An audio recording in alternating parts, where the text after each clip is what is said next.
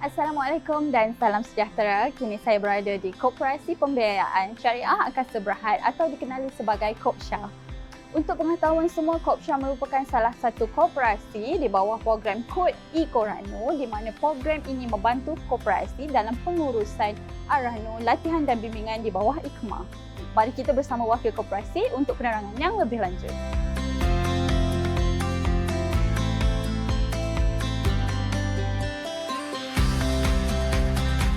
Bersama saya hari ini yang berbahagia Datuk Haji Muhammad Jamil Osman, Timbalan Pengurusi Kopsya dan Pengurusi Jawatan Kuasa Ahranu Kopsya. Terima kasih Datuk kerana sudi meluangkan masa bersama hari ini. Okey, jadi bagaimanakah permulaan Kopsya terlibat dalam perniagaan Ahranu dan sejauh manakah pihak IKMA membantu dalam perniagaan ini? Untuk kita kembangkan perniagaan Kopsya ni kepada perniagaan Ahranu. Jadi untuk itu kita berbincang banyak dan kemudian apabila kita berjumpa dengan IKMA, IKMA banyak membantu kita, kod IKMA untuk membantu koperasi-koperasi dalam digitalisasi projek-projek program-program IKMA. Cabaran utama yang dihadapi koperasi sebelum memulakan perniagaan Ahranu. Ahranu ni memerlukan modal yang banyak, RM1 juta untuk kita mula merealisasikan projek Ahranu. Itu merupakan jumlah yang agak besar. Jadi bagaimana pulakah tahap kefahaman dan kesediaan pengurusan koperasi terhadap operasi Ahranu? Kita sebenarnya Kopsya bermula dengan perniagaan memberi pembiayaan kepada koperasi-koperasi. Setelah kita melihat bahawa Ahranu ini boleh memberikan satu pulangan yang lebih kepada koperasi, terutama kepada Kopsya ni. Jadi kita punya jawatankuasa lembaga telah buat keputusan untuk kita mewujudkan Ahranu ni dengan program yang diwujudkan oleh IKMA.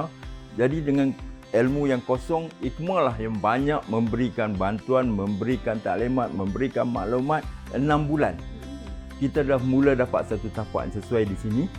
Kemudian kita dah mula buat perniagaan. Alhamdulillah, yang gadaian, urusan gadaian tu kita dah melepasi kepada 1.2 juta hanya dalam masa 2 bulan 10 hari saja. Kemudian daripada kita IKMA pun dia selalu datang membantu, tengok tanya maklumat, tanya nasihat, memberi nasihat kepada kita. Cukup membantulah IKMA dalam projek Ahranu ni. Terima kasih kepada IKMA lah memperkenalkan program kod ni, di mana ia telah membantu dan memberi keberkesanan dalam aliran kerja seharian lah. Dia sangat bertepatan dengan keperluan operasi seharian. Kod ni sangat membantu dalam kita untuk buat rujukan dan laporan dengan data yang lebih tepat lah.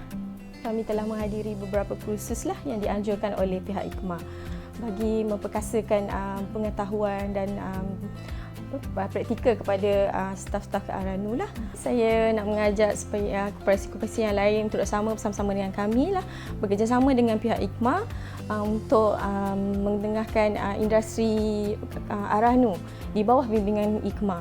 Pengguna-pengguna di luar sana untuk datang ke Kopsya Ahranu untuk merasai sendiri pengalaman berurusan di Kopsya Ahranu.